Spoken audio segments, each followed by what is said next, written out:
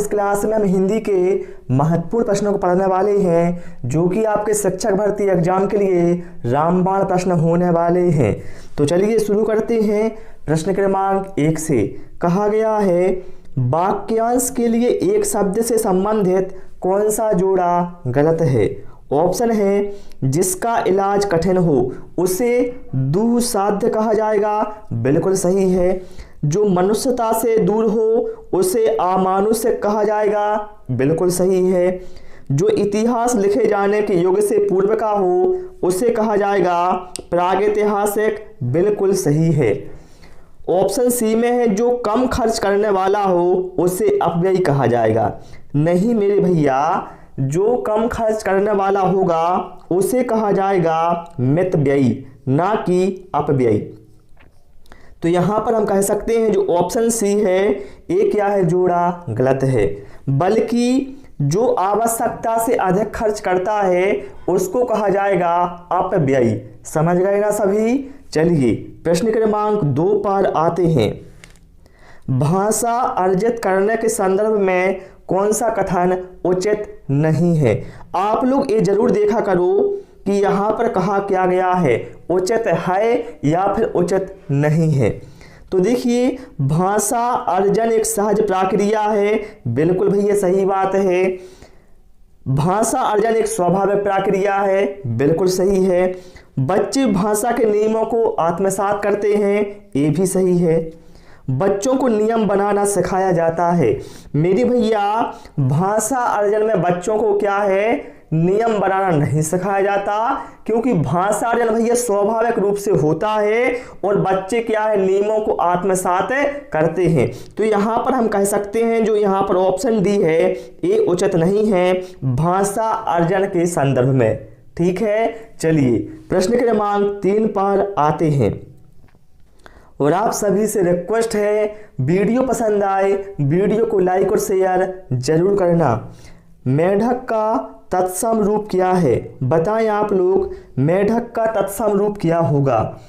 देखिए साथियों, तत्सम क्या होता है, ऐसे शब्द जो संस्कृत से बिना किसी परिवर्तन के लिए गए हैं उन शब्दों को कहा जाता है तत्सम। तो यहाँ पर जो मंडूक है ये क्या है, तत्सम है। ठीक है, क्या है, ये तत्सम है। और मंडूक का तद्भव क्या है, मेढक। ठीक है, तो हम कह सकते हैं मेढक का तत्सम रूप क्या है, मंडूक। तो करेक्ट आंसर ऑप्शन ए के साथ जाएगा। चलिए प्रश्न क्रमांक नेक्स्ट पर आते हैं। देखिए यहाँ पर क्रमांक थोड़ी गड़बड़ हो गया है, लेकिन कोई बात नहीं है। ठीक है, बाकी यहाँ से फिर आएंगे। ठीक है, तो यहाँ पर क्या कहा गया है, निम्नलिखित में से ऊष्म व्यंजन कौन से हैं, बताना है ऊष्म व्यंजन कौन से हैं 4 में से। मेरे भाई आप लोग हमेशा ध्यान रखना, तीनों प्रकार के जो सा हैं और हा है, ये क्या है भैया, ये 4 ऊष्म व्यंजन हैं। तो यहाँ पर हम देखें जो ऑप्शन ए में तीनों सा दिए हुए हैं, अर्थात हम कह सकते हैं ये क्या है, ऊष्म व्यंजन है। ठीक है, चलिए भाई नेक्स्ट क्वेश्चन की ओर मूव करते हैं। और यदि आप लोग इसका प्रैक्टिस सेट लगाना चाहते हैं तो वो आप हमारी वेबसाइट पर लगा सकते हैं, जो कि आपको यहाँ पर डिस्प्ले पर दिख रही है। अब यहाँ पर क्या कहा गया है साथियों, पहली कक्षा की हिंदी भाषा की पाठ्य पुस्तक में से आप किस विधा को सबसे अधिक महत्व देंगे, कहानी को, डायरी को, नाटक को या फिर निबंध को। तो देखिए भैया, बात हुई है यहाँ पर पहली कक्षा की, तो भैया इसमें हम महत्व देंगे कहानी विधा को। अब आप लोग कहोगे क्यों दोगे भैया, क्योंकि प्राथमिक स्तर पर जो बच्चे हैं यह कहानी को सुनने में अधिक रुचि लेते हैं, और कहानी से फायदा भी होता है कि इससे क्या है, श्रवण कौशल और मौखिक अभिव्यक्ति कौशल का दोनों का एक साथ विकास करने में प्रभावी रूप से यह उपयोगी होती है। ठीक है, तो यहाँ पर करेक्ट आंसर हमारा ऑप्शन ए के साथ चला जाएगा। प्रश्न क्रमांक नेक्स्ट पर आते हैं। उड्डयन के संधि विच्छेद का सही विकल्प कौन सा है, बताएं आप लोग इसका सही संधि विच्छेद क्या होगा। तो भैया मेरे उड्डयन का जो संधि विच्छेद है वो होगा प्लस डयन, क्या बन गया? उड्डयन। तो यहाँ पर जो करेक्ट आंसर है वो जाएगा हमारा ऑप्शन ए के साथ। यदि आपसे पूछा जाता भैया इसमें संधि कौन सी होगी, तो मेरे भैया इसमें होगी व्यंजन संधि। कौन सी संधि होगी? व्यंजन संधि। ठीक है, देखिए साथियों, संधि हो गया, समास हो गया, पर्यायवाची, विलोम, मुहावरे, लोकोक्तियां, रस, छंद। भैया यहाँ से प्रश्न जरूर आना है आपके एग्जाम में, तो आप लोग इनको जरूर अच्छे से कंप्लीट कर लें। चलिए नेक्स्ट क्वेश्चन पर मूव करते हैं। विश्लेषण का शब्द का विलोम क्या होगा? विश्लेषण, बताएं आप लोग विश्लेषण का विलोम क्या होगा? तो भैया विश्लेषण का विलोम होगा संश्लेषण। राइट आंसर यहाँ पर हमारा ऑप्शन सी के साथ जाएगा। ठीक है, चलिए प्रश्न क्रमांक 8 पर आते हैं। डिस्ग्राफिया से प्रभावित बच्चों को मुख्य रूप से खाली स्थान में कठिनाई होती है। यदि आपने मेरा अधिगम अक्षमता का वीडियो देखा होगा तो आप आसानी से आंसर कलेक्ट कर पाएंगे। देखिए डिस्ग्राफिया से मैंने बताया था, डिस्ग्राफिया से जो प्रभावित बच्चे होते हैं उनको परेशानी होती है लेखन संबंधी। तो यहाँ पर जो करेक्ट आंसर है वो ऑप्शन डी के साथ जाएगा। लेकिन यदि यहाँ पर आपसे बोला गया होता कि डिसलेक्सिया का संबंध किससे है, तो डिसलेक्सिया का संबंध होता है पठन विकार से। ठीक है, चलिए भाई नेक्स्ट क्वेश्चन की ओर मूव करते हैं। और आप सभी से रिक्वेस्ट है, वीडियो पसंद आ रहा है तो वीडियो को लाइक और शेयर करें और चैनल को जरूर सब्सक्राइब करें। बहुभाषा कक्षा में बच्चों की भाषाएं।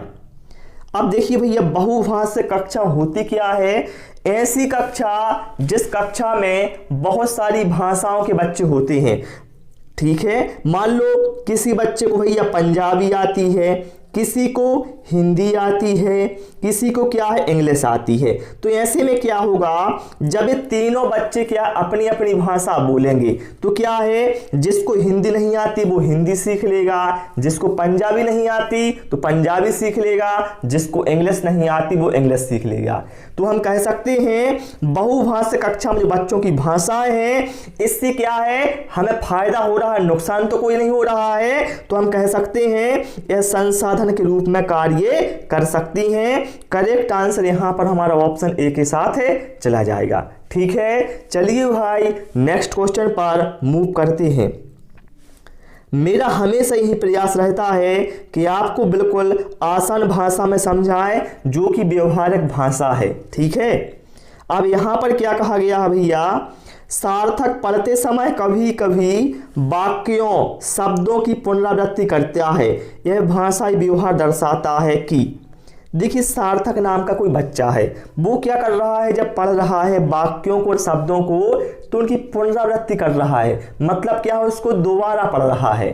ठीक है, तो मतलब क्या है, उसका भाषाई व्यवहार ये दर्शा रहा है भैया कि सार्थक क्या है, समझ के साथ पढ़ने की कोशिश कर रहा है। मतलब क्या है, उसके साथ वो क्या कर रहा है, क्या कहा गया है, वह उस अर्थ को समझ के पढ़ रहा है। तो यहां पर जो हमारा करेक्ट आंसर है वो ऑप्शन सी के साथ चला जाएगा। ठीक है, चलिए भाई प्रश्न क्रमांक नेक्स्ट पर आते हैं।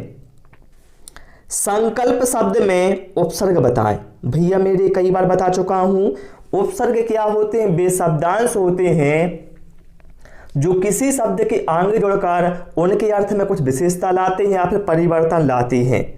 और प्रत्यय क्या है, पीछे जोड़े जाते हैं, आप सभी को पता है। लेकिन यहां बात हुई है उपसर्ग की, तो भैया उपसर्ग इसमें बताना है कौन सा है।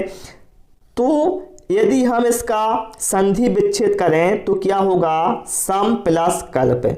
तो हम कह सकते हैं जो सम है यहाँ पर ये क्या है, उपसर्ग है। तो यहाँ पर जो करेक्ट आंसर हमारा वो ऑप्शन ए के साथ जाएगा।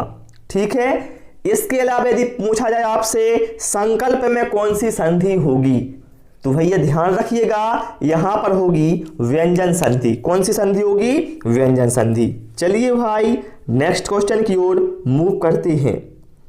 वाक्य और उसके भेद से संबंधित कौन सा जोड़ा गलत है। बच्चे नाश्ता करके विद्यालय गए, यह एक सरल वाक्य है, बिल्कुल भैया सरल वाक्य है। ठीक है, जो प्रथम आएगा वह पुरस्कार पाएगा, ये क्या है, मिश्र वाक्य है, सही है। नेता ने भाषण दिया और चला गया, ये संयुक्त वाक्य है, बिल्कुल सही है। लक्ष्मी गई और सोफिया आ गई, ये सरल वाक्य है, नहीं।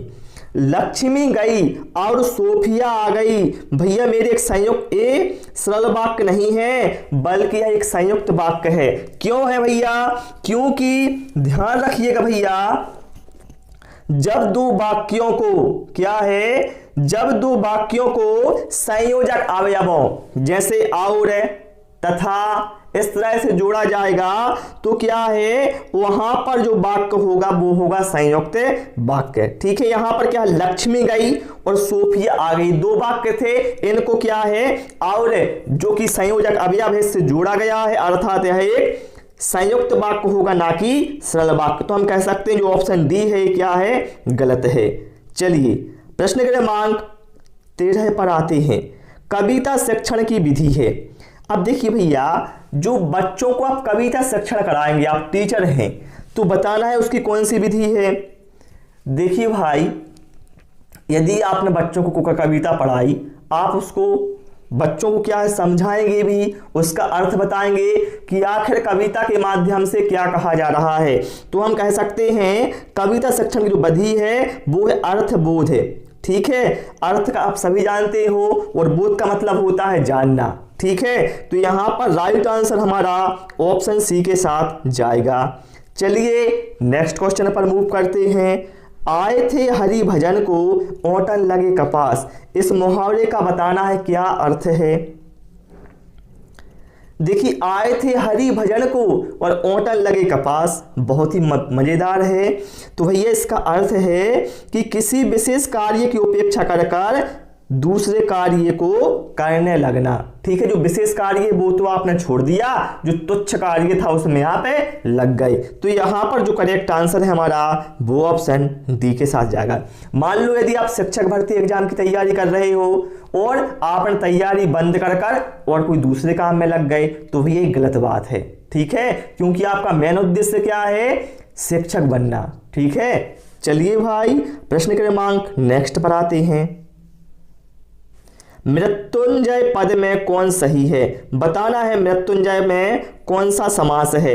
और यदि साथियों आपको टेस्ट देना है तो जो डिस्प्ले पर वेबसाइट दिख रही है आप वहां पर जाकर टेस्ट दे सकते हैं बिल्कुल फ्री में।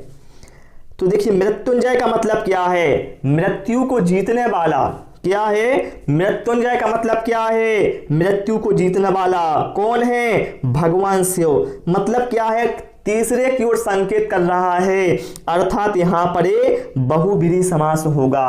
ध्यान रखिएगा, जब भी आपको शब्द मिले जो तीसरे की ओर संकेत करे, जैसे लंबोदर, मतलब क्या है, लंबा है उदर जिसका, अर्थात भगवान गणेश, तो वहां पर क्या है, बहुव्रीहि समास होगा। चक्रपाणी, अर्थात चक्र है पाणी में जिसके, कौन है भैया, भगवान विष्णु, तो वहां पर भी चक्रपाणी में क्या है, बहुव्रीहि समास होगा। ठीक है, तो प्यारे साथियों आज इस क्लास में इतना ही। आपको क्लास कैसी लगी वो आप हमें कमेंट करके अवश्य बताएं। क्लास पसंद आई हो सभी से रिक्वेस्ट है वीडियो को लाइक और शेयर करें, चैनल को सब्सक्राइब करें। Thanks for watching this video.